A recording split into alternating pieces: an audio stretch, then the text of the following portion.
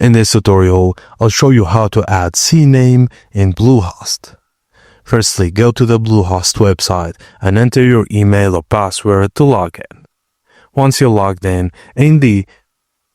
look at the left-hand navigation menu on the Bluehost dashboard, then click on Hosting, then select Settings from the drop-down. After that, go to the Domains section. In the Domains section, find and select the domain for which you want to add a CNAME record. Look for the DNS or DNS Zone Editor option and click on it. This will open the DNS management settings. Once the DNS management area, locate the option Add Record. It may be a button that says Add DNS Record or simply Add.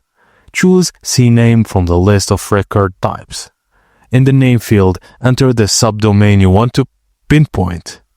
In the value or points field, enter the destination or the URL you want to point to. Set the TTL to the default value or adjust if necessary.